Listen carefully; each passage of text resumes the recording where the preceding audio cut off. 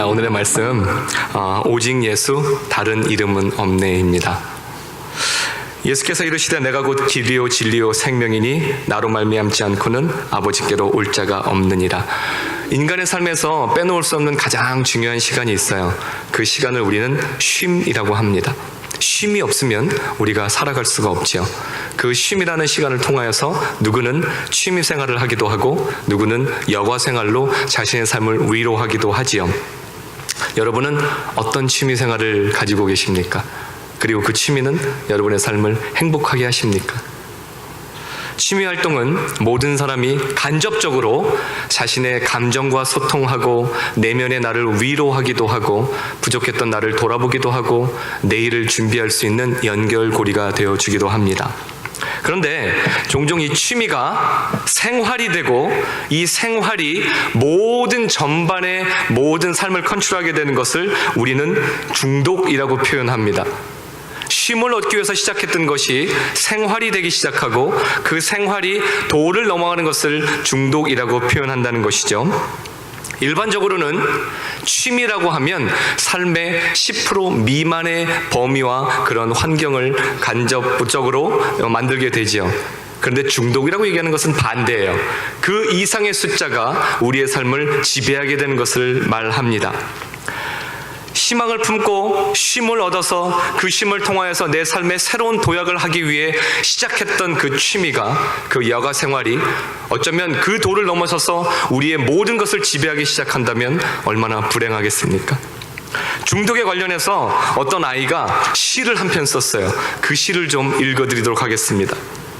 이따가 그림을 보여드리겠지만 이 글을 읽고 얼마나 웃었는지 몰라요.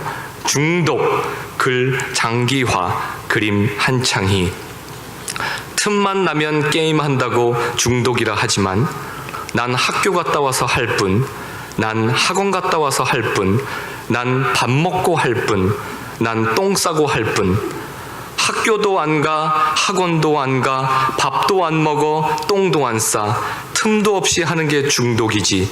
틈도 없이 잔소리하는 엄마가 중독이지. 그림 보여주시기 바랍니다. 이 아이가 이렇게 글을 썼어요.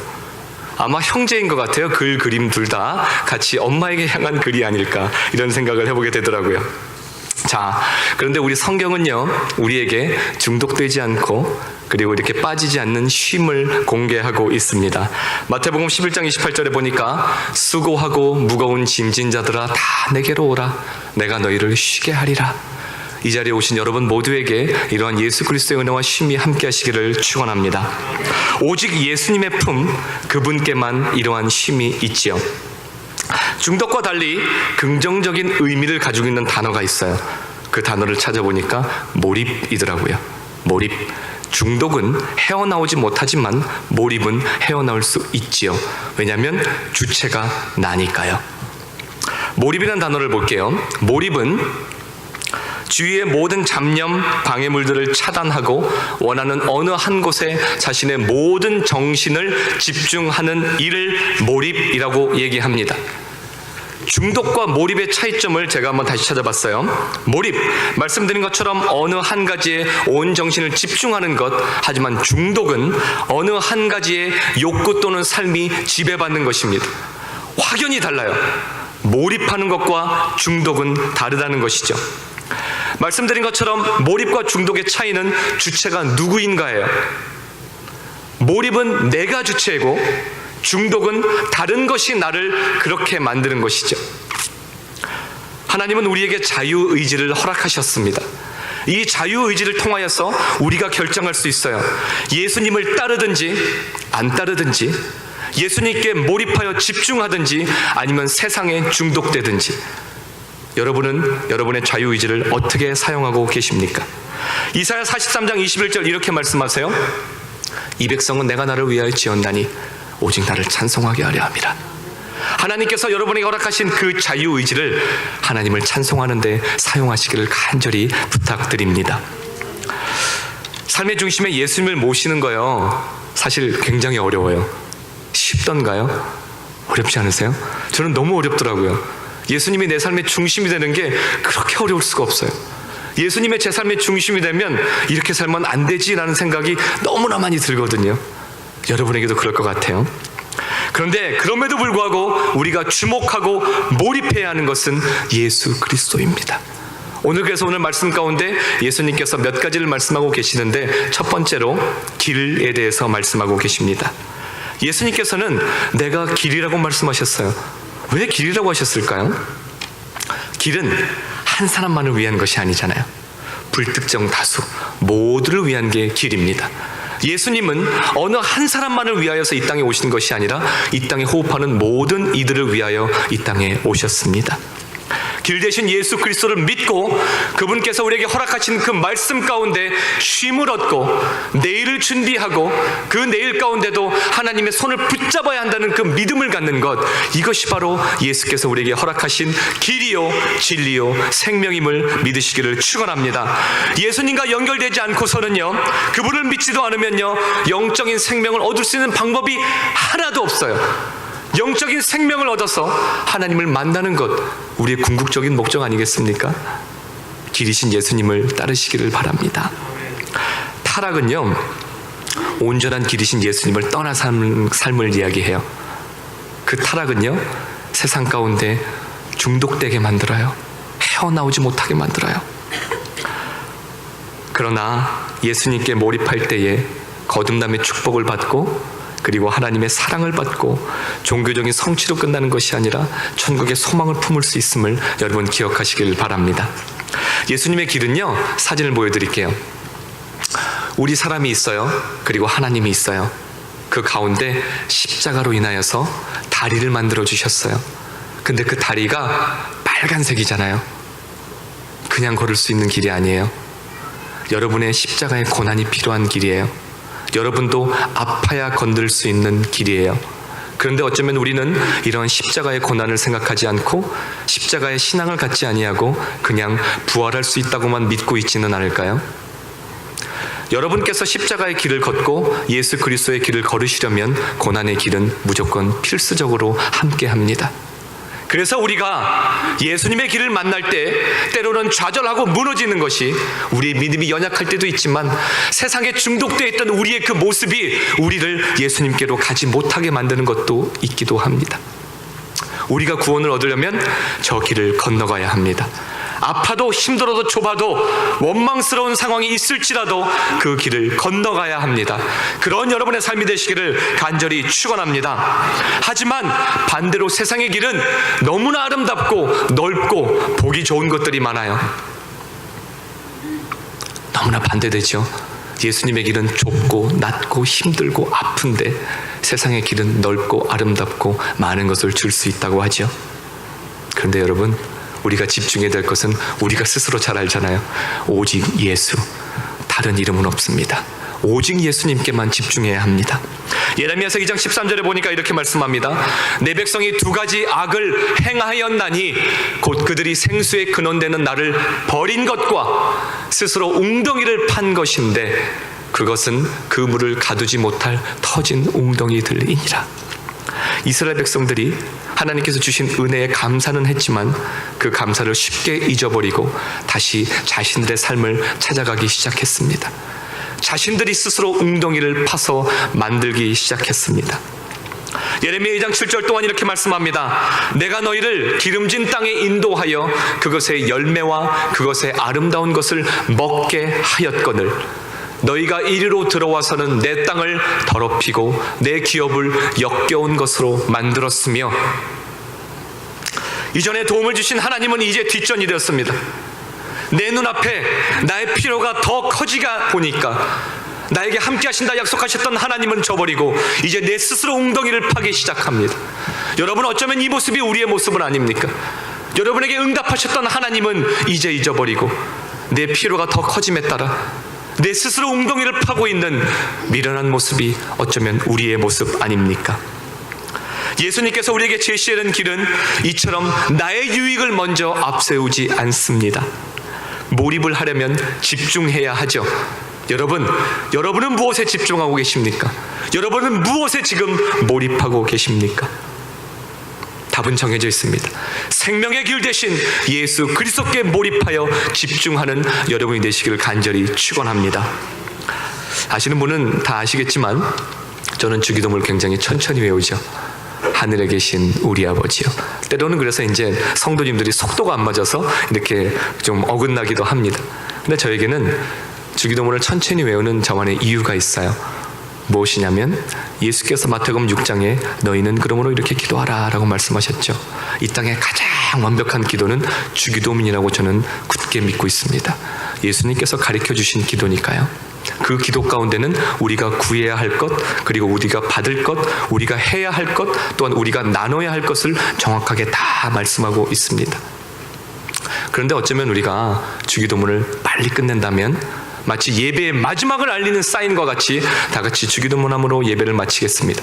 하늘에 계신 우리 아버지여 이름이 거룩히 여김을 받으시오며, 그 가운데 우리가 하나님께 간구하는 기도를 할 수 있을까요? 그 가운데 우리 마음 가운데 남는 것은 과연 있을까요? 물론 이것은 저의 생각입니다. 그 가운데도 남을 수 있지요. 하나님께서 함께 하시면 남을 수 있지요. 그런데 그 기도를 곱씹고 한 구절 한 구절 외울 때 그 예수님께서 하셨던 간구가 나의 간구가 되고 우리 모두의 간구가 되진 않을까, 그렇게 생각을 합니다. 빌립보서 4장 6절에 보니까 아무것도 염려하지 말고 다만 모든 일에 기도와 간구로 너희 구할 것을 감사함으로 하나님께 아뢰라. 주기도문뿐만이 아니에요. 여러분의 모든 기도 가운데 예수님의 이름으로 기도합니다 하고 마치잖아요. 오직 예수, 다른 이름은 없는 거예요. 예수 그리스도의 이름으로 선포하고 간구할 때 여러분의 그 기도가 응답받는 거죠. 또한 빌립보서 4장 7절 그리하면 모든 지각에 뛰어난 하나님의 평강이 그리스도 예수 안에서 너희 마음과 생각을 지키시리라. 아멘. 여러분의 그 간절한 기도가 예수님의 이름으로 마무리되어질 때, 또한 그 간절한 기도가 하나님께 전달되어질 때 하나님께서 응답하시는 거예요. 어떻게 해요? 우리의 마음과 생각을 지키심으로요. 하나님의 평강이 예수 안에서 우리와 함께 하신다고 말씀하는 거예요. 비록 예수께서는 승천하셨어요. 하나님의 보좌에 함께 앉아 계시잖아요. 그런데 우리에게 누굴 보내주셨죠? 보혜사 성령, 그분께서 지금 여러분과 함께 하십니다. 이 태풍을 뚫고 여러분께서 교회에 오고자 할 때 그 마음 여러분이 먹은 거 아니에요. 하나님께서 와라, 예배하자. 그렇다고 해서 안 오신 분들은 그 음성을 못 들은 게 아니라 그분들 가운데도 하나님께서 함께 가정에서 예배할 수 있는 마음을 허락하신 줄 믿습니다. 각 사람의 사정과 그 지역의 환경이 달라요. 우리는 여기서 이렇게 예배한다고 안 온 사람들은 믿음이 없어라고 얘기할 게 아니잖아요. 그들에게도 각 사람에 맞는 사정이 있지요. 그래서 어저께 기도하는 중에 하나님께서 감동을 주셔서 그들을 위한 가정 예배문을 만들어야 되겠다 싶어서 그렇게 올렸지요. 그들도 지금 함께 예배하고 있을 거라 저는 굳게 믿습니다. 길과 마찬가지로요, 생명 또한 중요하죠. 진리 되신 예수 그리스도의 은혜도 중요합니다.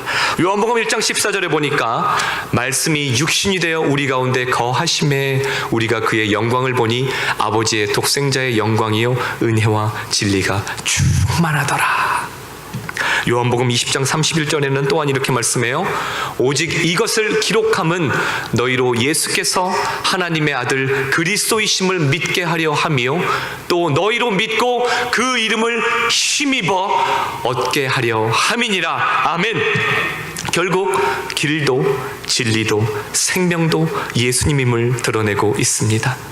여러분, 여러분의 삶 가운데 길이요 진리요 생명이신 예수 그리스도가 중심되기를 소망합니다.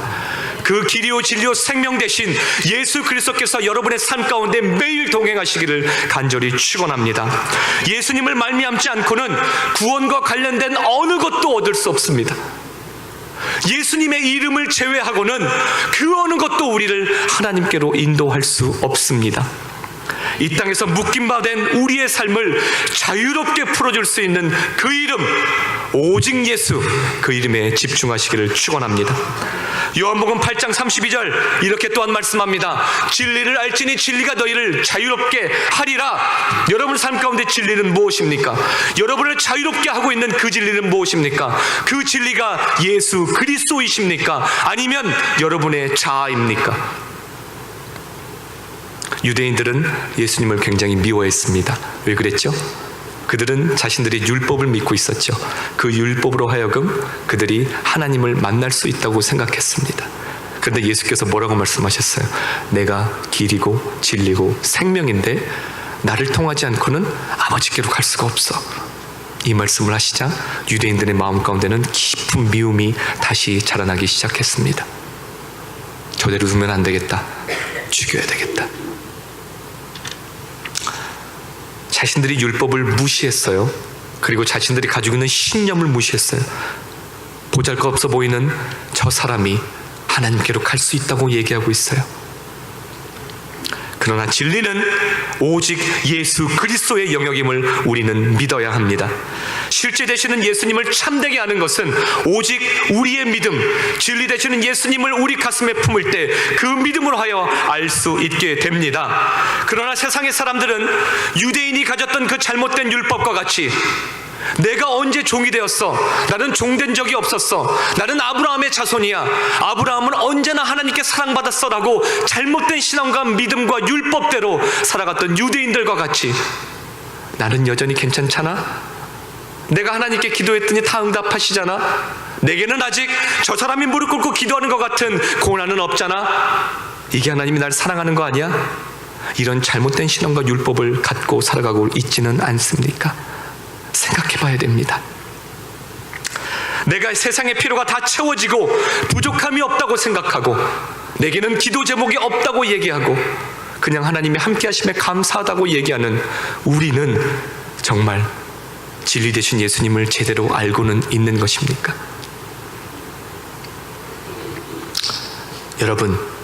여러분의 삶의 율법은 무엇입니까? 여러분을 예수님께로 다가오지 못하게 하는 그 율법은 무엇입니까? 여러분 가슴에 이미 존재하고 계시는 그 예수님을 깨닫지 못하게 하는 여러분의 율법은 무엇입니까?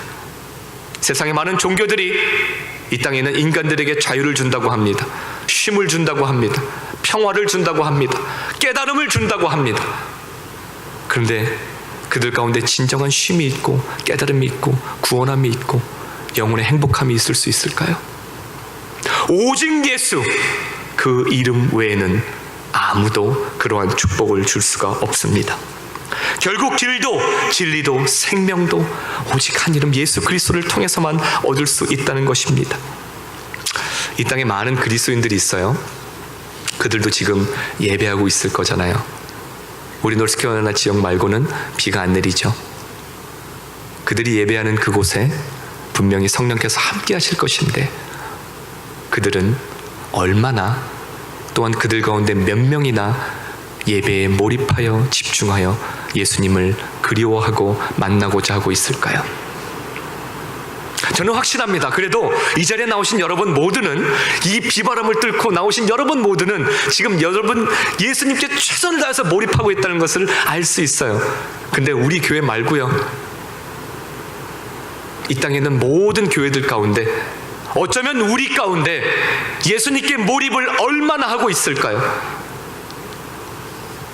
예수님 만나게 됐다는 일념 하나로 주일 예배 준비하고 기도하고 예배 나오는 그 순간에 커피 한 잔의 여유가 아니라 주보를 먼저 찾아서 오늘 말씀이 무엇인지 먼저 읽고 앉아서 기도하는 그러한 그리스도인들이 이 땅 가운데 몇 명이나 있을까요? 앉아서 기도하는 옆 사람을 바라보고 나는 여전히 옆에서 잡담하고 떠들고 있는 그러한 모습이 어쩌면 우리의 모습이 아닐까요? 우리의 목적은 결국 예수님 만나는 것에 있지 않겠습니까? 예수님 만나러 오셨으면 예수님께 집중해야 하지 않겠습니까? 이 주일마저도 그렇게 사람들과 교제하고 그냥 떠나버리면 우리 언제 예수님 만납니까? 복음의 모양은 가지고 있지만 그 빛을 잃어버리고 그저 종교적 행위로 맞춰지는 그러한 어리석은 짓은 우리가 하지 않아야 하지 않겠습니까? 여러분, 우리 교회 가운데 예수님께 몰입하는 축복이 있기를 간절히 축원합니다. 교회에 나오셔서 먼저 그 말씀을 사모하는 마음으로 주보를 찾으시고 주보 가운데 오늘 기도자가 누구인지 말씀 전하시는 그 구절이 무엇인지 먼저 자리에 앉아서 찾아보시고 기도하시는 여러분의 믿음이 되시길 축원합니다. 그렇게 예수님께 집중할 때에 예수님께서도 여러분에게 집중하시는 것입니다. 여러분이 예수님께 몰입하지 않고 있는데 예수님께서는 여러분을 생각하시겠습니까? 물론 예수님은 우리와 다르니까 우리 생각하시겠죠. 그래도 우리가 예수님께 더 집중해야 하지 않겠습니까? 예수님께 몰입하여서 자신들의 신앙을 지켰던 많은 믿음의 사람들 우리가 얘기를 많이 듣잖아요. 예수님께 몰입하여 동성애자들이 그들의 결혼식 케이크를 주문했지만 그 신앙을 따라 주문하지 않아서, 그 케이크를 만들어주지 않아서 어려움을 당했던 부부의 이야기를 우린 들었습니다. 은혜가 있었죠. 감동이 있었어요. 그런데 만일 여러분의 비즈니스 가운데 그렇게 예수 그리스도 또는 다른 것과 타협해야 하는 일이 생긴다면 여러분 어떻게 하시겠습니까? 여러분도 그렇게 결정할 수 있으시겠습니까? 예수님께 몰입하여서 자신의 생명을 아까워하지 않냐고 내던진 우리 선교사님들을 통하여 우리는 지금 이곳에서 예배하고 있습니다. 복음의 황무지였던 조선이라는 땅 가운데 그들의 목숨을 내던지고 죽는 그 순간까지 우리를 위하여 기도했던 그 믿음의 선배들, 선교사님들 덕분에 우리는 이렇게 예배하고 있습니다. 예수님께 몰입하여서 주일 성수에 목숨을 걸었던 믿음의 사람들은 비록 세상의 명예와 부귀와 돈은 잃어버렸지만 가장 값진 하늘나라에 있는 생명의 면류관을 얻었습니다. 여러분, 이제 우리도 결정해야 될 때가 아니겠습니까? 오직 예수, 다른 이름은 없습니다. 예수님께 몰입하여 집중해야 될 시간이 된 것입니다. 예수님께 몰입하는 것은 새로운 삶의 방향을 제시합니다. 여러분, 우리 예수님 사랑하잖아요. 예수님 만나고 싶잖아요. 그리고 만났었잖아요. 그리고 항상 함께 해야 되잖아요. 그런데 여전히 우리를 붙잡고 있는 우리 삶 가운데 있는 그 율법은 무엇이고 우리의 발목을 놔주지 않고 있는 세상 가운데 중독된 우리의 모습은 무엇입니까? 이제 그 중독 가운데 쉼을 주시겠다는 예수님 만나야 하지 않겠습니까? 이제 그 중독의 모습 가운데, 유혹의 모습 가운데, 타락한 우리 모습 가운데 예수님께 몰입하는 모습을 가져야 하지 않겠습니까? 오직 예수입니다, 여러분. 다른 이름은 없습니다. 오직 예수, 길이요 진리요 생명 되신 예수 그리스도께 여러분의 삶을 몰입하시기를 축원합니다. 여러분은 지금 어떤 길을 걷고 계십니까? 여러분의 길 가운데는 무엇이 함께하고 있습니까? 앞서 말씀드린 것처럼 우리가 이 자리에 나와 예배하는 궁극적인 목적과 목표는 하나님 나라에 이르는 것입니다. 우리가 힘들어도 참고 미워도 용서하고 사랑할 수 없는 사람에게 그 이름을 위하여 기도하는 목표도 목적도 하늘나라에 가는 것 아니겠습니까? 어쩌면 이 땅 가운데 우리를 묶고 있는 그 어려움들이 저 멀리 있는 예수 그리스도의 십자가를 바라보지 못하게 합니다. 그러나 예수 그리스도의 핏값으로 주신 복음은 우리를 구원에 이르게 하는 힘이 있음을 믿으시기를 바랍니다. 여러분이 걸어가는 그 길의 끝에는 누가 서 있습니까? 예수께서 여러분을 향하여 손을 들고 계십니까? 아니면 여러분의 이름이 그 끝에 있습니까? 우리의 이름이 아닙니다. 오직 예수 그리스도, 오직 예수 그리스도. 그 이름이면 충분합니다. 그 이름으로 행복하시고 그 이름으로 용서하시고 그 이름으로 평안함을 얻으시기를 간절히 소망합니다. 저에게도 그렇고 여러분에게도 그렇고 삶 가운데 아픔들이 많이 있지만 그럼에도 그 아픔을 딛고 일어서는 그 힘으로 인하여 여러분 오늘도 평안하시고 여러분 이웃에게도 그 평안을 나누어 주시고 그 평안이 이 땅 가운데 가득하여질 때 예수 그리스도의 이름이 더욱더 온전히 선포되어질 수 있음을 우리 모두가 함께 고백하시기를 예수님의 이름으로 간절히 축원합니다. 기도하겠습니다. 사랑의 하나님.